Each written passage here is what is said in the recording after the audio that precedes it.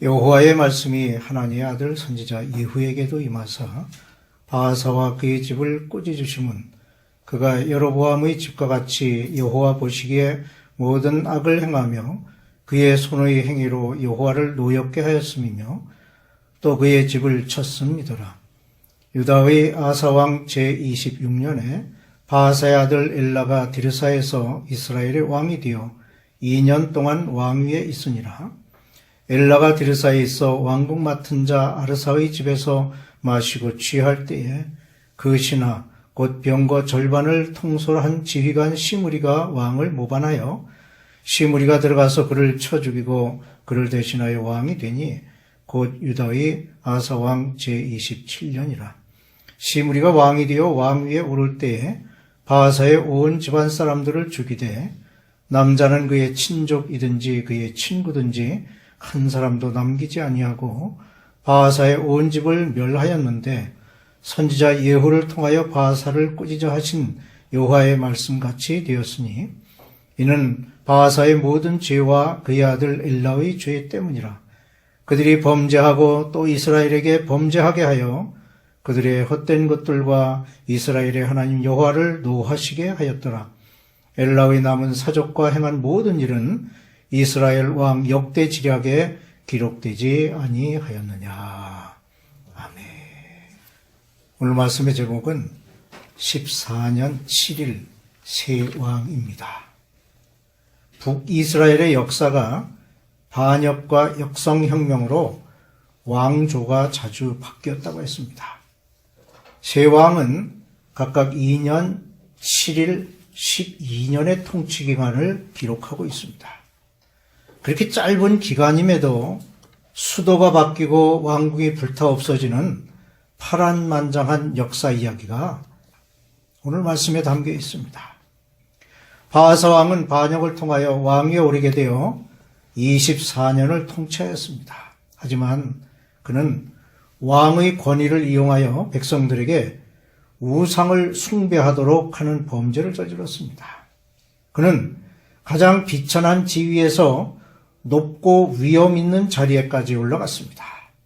그런 그가 만일 하나님의 명령에 순종했더라면 그의 죄악은 용서받을 수 있었을 것입니다.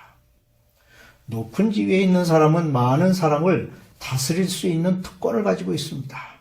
그러나 그 특권을 잘못 사용하면 누구보다 더 큰 어려움에 부딪힐 수 있습니다.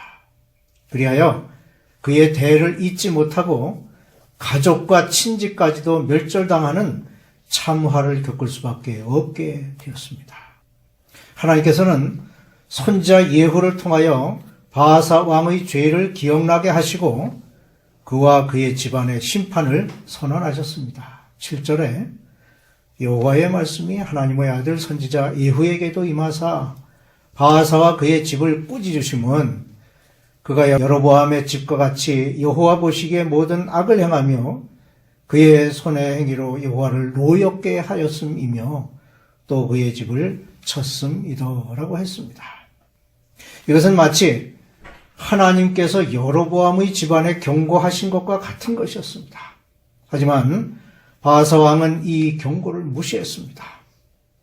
바하사 왕은 야망과 자기 중심적인 생각으로 가득 차 있었고 교만하고 포악한 강탈자로 성공의 눈이 어두운 사람이었습니다. 그런데도 하나님께서는 자비와 은총을 베푸셔서 선지자 예후를 통하여 그에게 악행에 대한 경고를 하셨습니다. 그것도 한 번이 아니라 여러 번에 걸친 경고를 하였음에도 바하사 왕은 귀가 둔하여 듣지 못하고 마음의 완악함으로 깨닫지 못했습니다. 이와 같이 하나님께서는 심판하시기 전에 반드시 경고하십니다. 바하사 왕이 그런 경고에도 불구하고 회개하지 않자 하나님의 심판이 그에게 내려졌습니다. 그 심판은 오랫동안 계속되었고 참혹한 것으로 모든 것을 황폐화시켰습니다. 심판은 그의 집안 사람들에게만 미친 것이 아니었습니다. 그의 이웃, 그의 친구들에게까지 미쳤습니다. 여기서 우리는 하나님의 심판의 두려움과 철저함을 보게 됩니다. 하나님의 심판은 철저하게 이루어지는데 그것은 노아 홍수 때나 소돔 고모라 성의 심판에서 잘 나타나고 있습니다. 나답의 왕위를 찬탄한 바하사 역시 2대를 넘기지 못하고 시므리에 의해 왕위를 찬탈당하고 맙니다. 엘라는 국내 대신 아르사의 집에서 술에 취해 흥청거리다가 자기 신복의 모반으로 인해 죽고 맙니다. 죄악은 천천히 그리고 꾸준히 찾아옵니다. 사람이 단번에 악인이 되는 것이 아닙니다. 먼저 악한 생각이 그의 마음에 들어오고 다음으로 악한 말을 하게 되고 결국에는 악한 행동을 하게 되어 결국에는 비참한 종말을 맞이하게 되는 것입니다. 오늘 말씀을 보고 생각할 수 있는 교훈은 연대 죄에 관한 것입니다. 어떤 악인이 있어 그 악인에게 죄를 지적하고 회개시키지 않고 방관하면 하나님께서는 그 악인의 죄악을 이웃이나 친구에게까지 물으신다는 것입니다. 우리가 친구의 죄 혹은 민족의 죄를 나의 죄로 인식하고 회개하지 않으면 하나님께서는 우리에게 친구의 죄나 민족의 죄악에 대해 물으신다는 것입니다. 바하사 왕의 죄에 대한 심판은 당대에 이루어지지 않고 그 아들 일라의 때에 이루어졌습니다. 죄악은 때때로 그의 자손에게 유전되는 경우가 많습니다.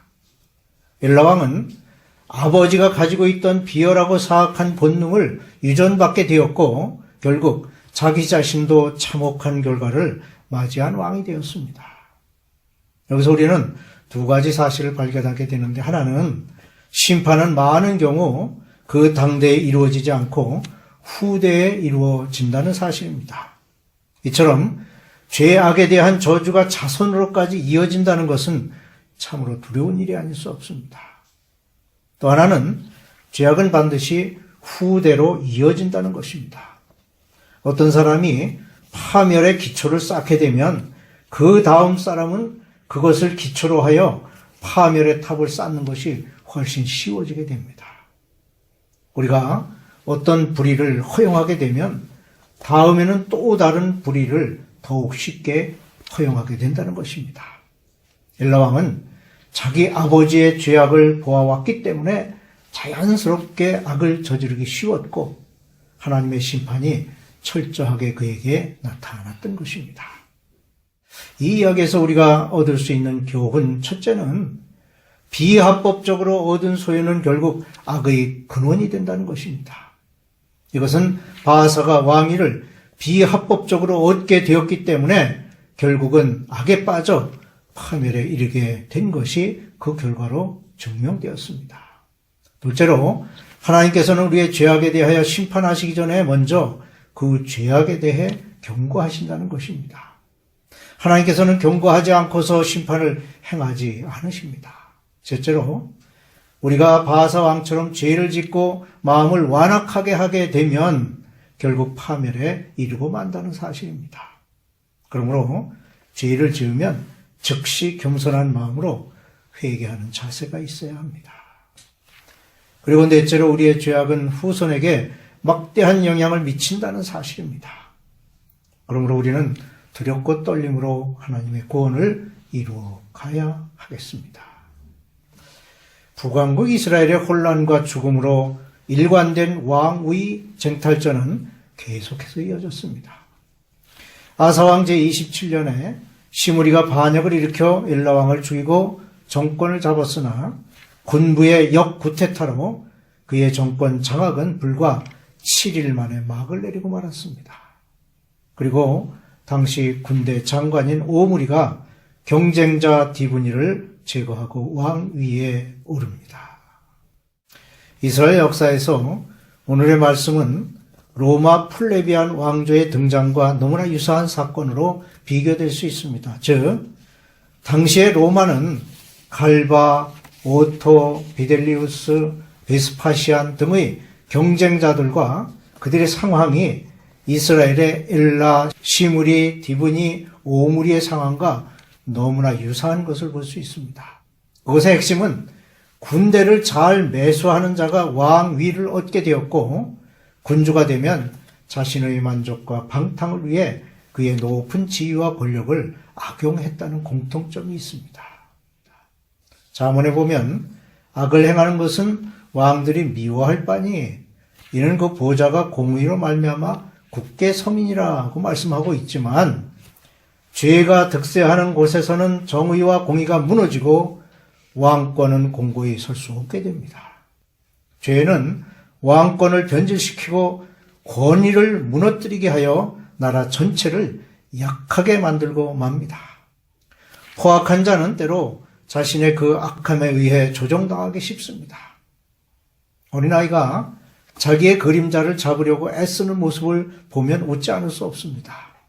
하지만 많은 사람들이 자기의 일생을 통해 그림자를 잡으려고 손을 뻗어 숨이 멎고 눈이 멀어질 때까지 그 일을 멈추지 않습니다.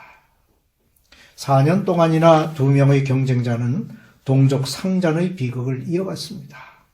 즉 오므리와 디브니는 왕위를 차지하기 위해 대결을 벌였고 결국 디브니가 죽임을 당하게 됩니다. 이 사건의 발단은 시므리가 죽자 디르사에서 궁전 대신이 군권이 권력을 장악하는 것을 막기 위해서 디브니를 왕으로 선정했고 반대측 군대 측에서는 이미 오므리를 왕으로 추대함으로 일어난 사건이었습니다.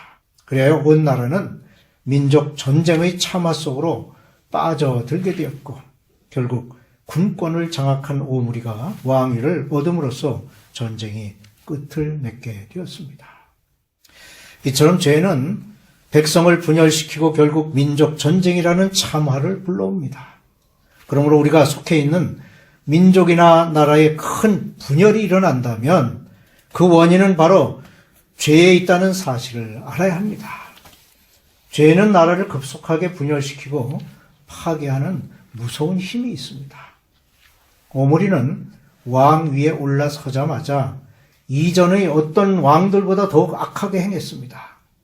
여로보암이나 나답, 바사나 엘라보다 오므리는 더욱 악하게 행했습니다. 오므리는 자신이 직접 악행의 모범을 보였고 백성이 악을 행하고 우상을 숭배하도록 이끌었습니다. 이 일에 대한 미가서의 말씀이 있습니다. 미가서 6장 16절에 너희가 오므리의 율례와 아합집의 모든 예법을 지키고 그들의 전통을 따르니 내가 너희를 황폐하게 하며 그의 주민을 사람의 조속거리로 만들리라. 너희가 내 백성의 수욕을 담당하리라. 오므리는 그의 선조의 악행을 뛰어넘어 우상 숭배를 합법화시키고 또 그것을 강요하였습니다. 오므리는 직접 신하들 앞에서 자신의 율례를 보이고 백성들 앞에서 악행을 보였습니다. 이스라엘 백성들이 예루살렘에 있는 여호와의 전에서 예배를 드리지 못하게 했고 백성들이 악을 행하며 우상 숭배하는 것을 더욱 권장하며 계속 행하도록 하였습니다. 앞서 여로보암은 이스라엘 백성들로 하여금 죄에 빠지도록 유혹했습니다. 그리하여 이스라엘 백성들은 하나님을 버렸고 갈수록 타락의 길로 나아갔습니다. 우리가 이 사건에서 알 수 있는 것은 죄는 더욱 큰 죄를 부르고 더욱 큰 악을 부른다는 것입니다. 죄는 쌓일수록 걷잡을 수 없게 되며 무서운 파멸을 가져옵니다. 그리고 통치자의 죄악은 전 국가적으로 더욱 무서운 죄악을 가져오게 한다는 사실입니다. 국가의 통치 세력은 강력한 권력과 강제력을 가지고 있기에 통치자가 한 번 죄를 짓고 악에 빠지게 되면 그 영향력은 실로 막중한 것입니다. 통치자의 죄악은 그 한 사람에게서 끝나는 것이 아니라 전 국민으로 하여금 죄를 짓고 악을 행하도록 유도하거나 강압적으로 행하도록 합니다. 그러므로 우리는 어떤 나라의 통치자가 악에 빠지지 않고 하나님을 경외하도록 기도해야 할 것입니다.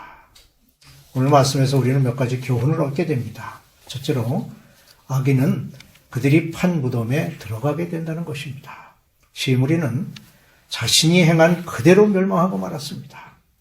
둘째로 시기와 복수심이 악을 없애지 못한다는 사실입니다. 복수는 다시 복수를 불러오고 끝없이 이어지게 합니다.